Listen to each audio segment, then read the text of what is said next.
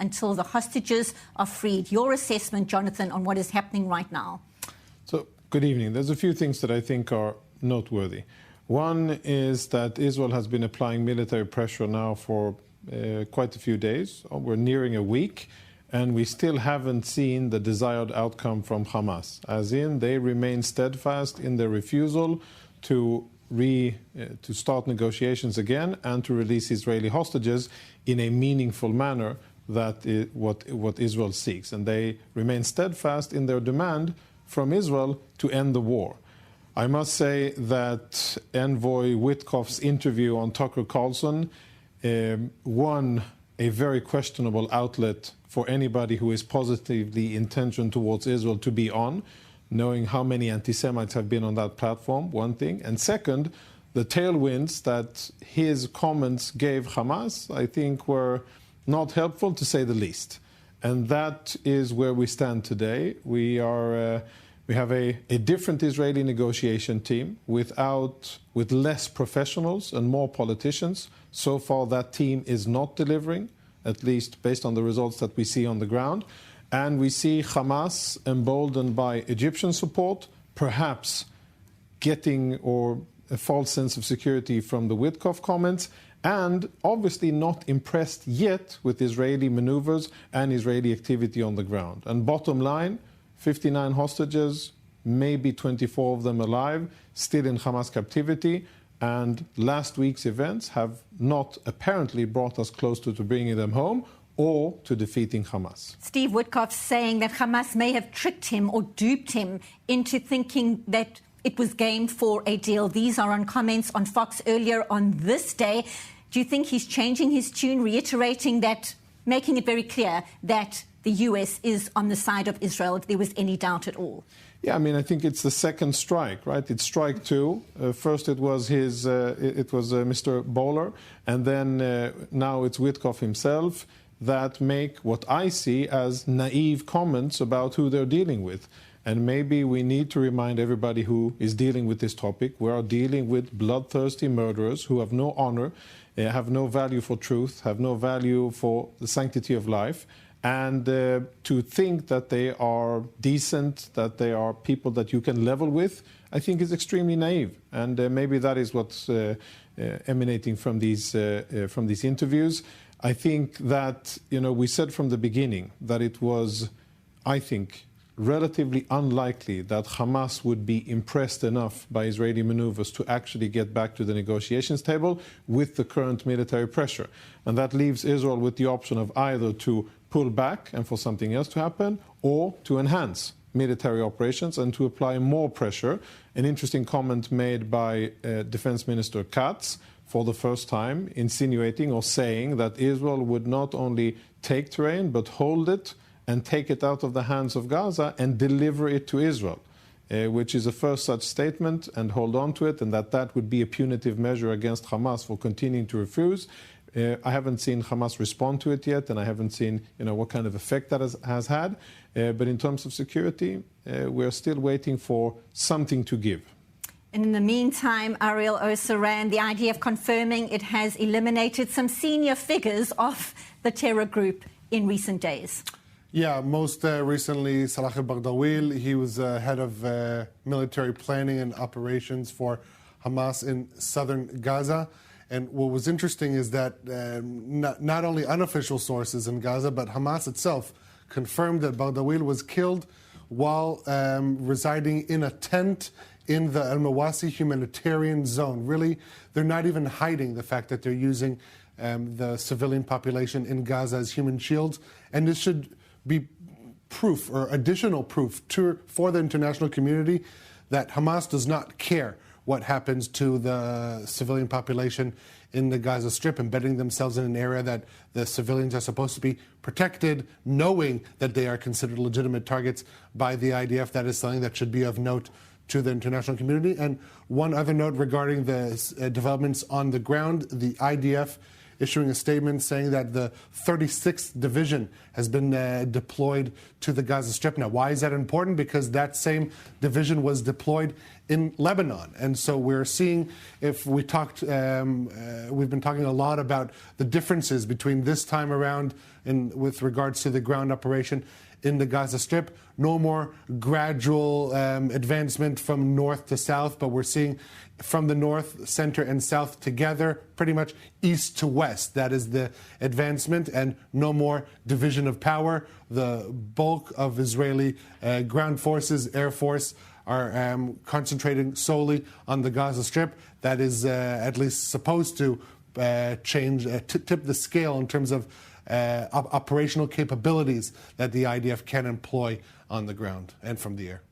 And Jonathan, your concerns around Hamas's ability to regroup, to reinvigorate itself during the ceasefire period in recent weeks, how worried are you right now? Mostly worried about their ability to enlist 17 and 18-year-old Palestinian boys and to fill their ranks of Hamas terrorists.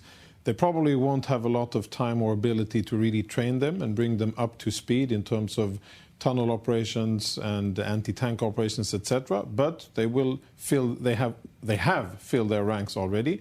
The big question is, how busy have they been in refurbishing tunnel infrastructure that was destroyed by Israel?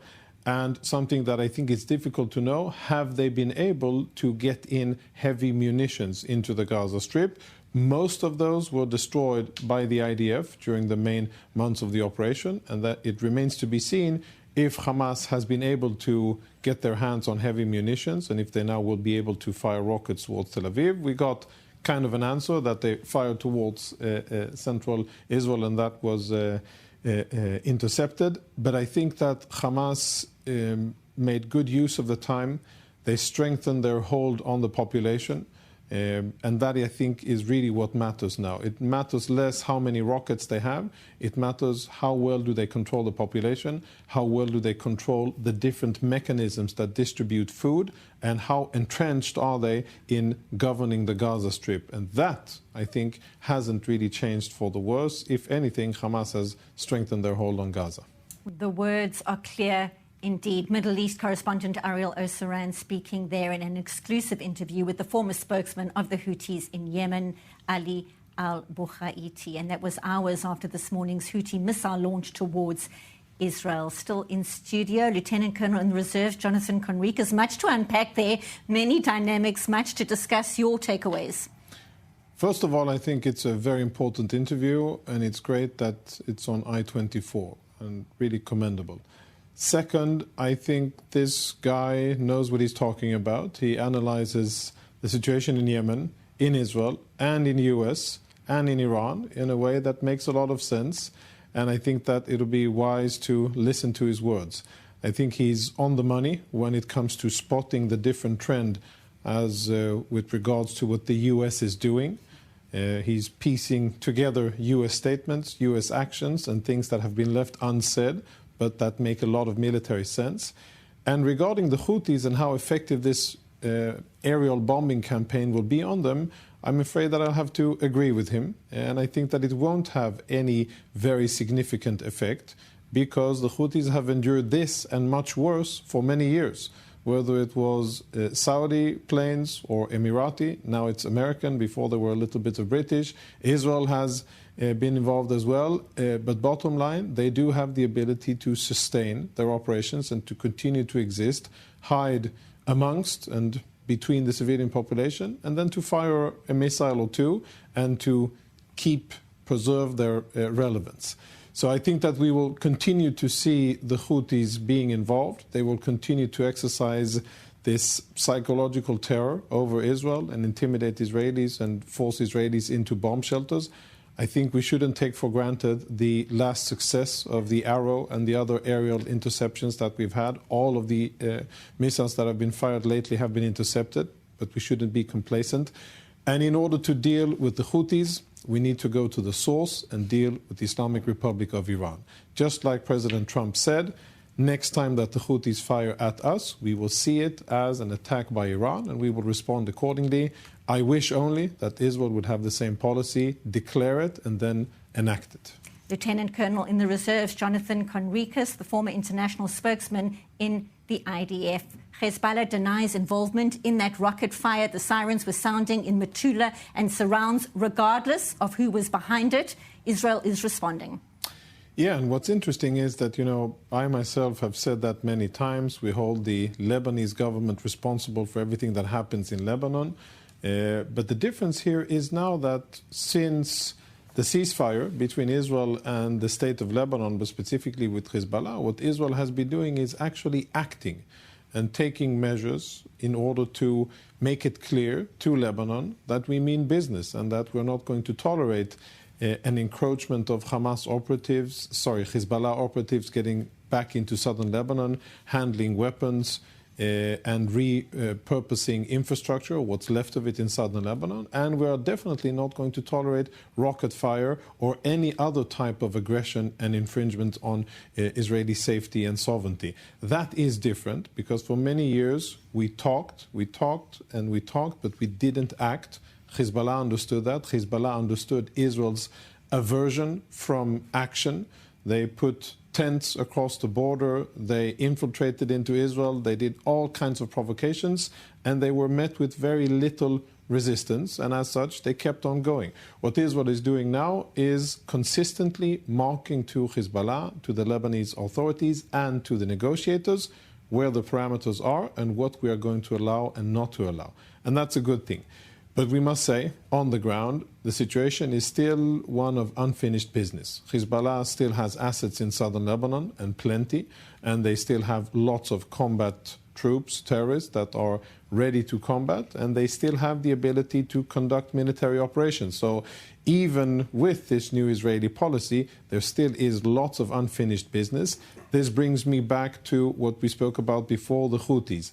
The common denominator and the source of all of the instability in the region is the Islamic Republic of Iran. And instead of butting heads and tactical activity against that or whatever activity that Hezbollah or others are doing in Lebanon, what we should be doing is focusing on the Islamic Republic to apply pressure, military, economic, information and other types of pressure in order to impress upon them that if they continue to fire, if they continue to support, they continue to fund, the consequences will be on Iranian soil. Until we do that, we'll continue to have to deal with Houthis and with Hezbollah and with Hamas and Islamic Jihad and others.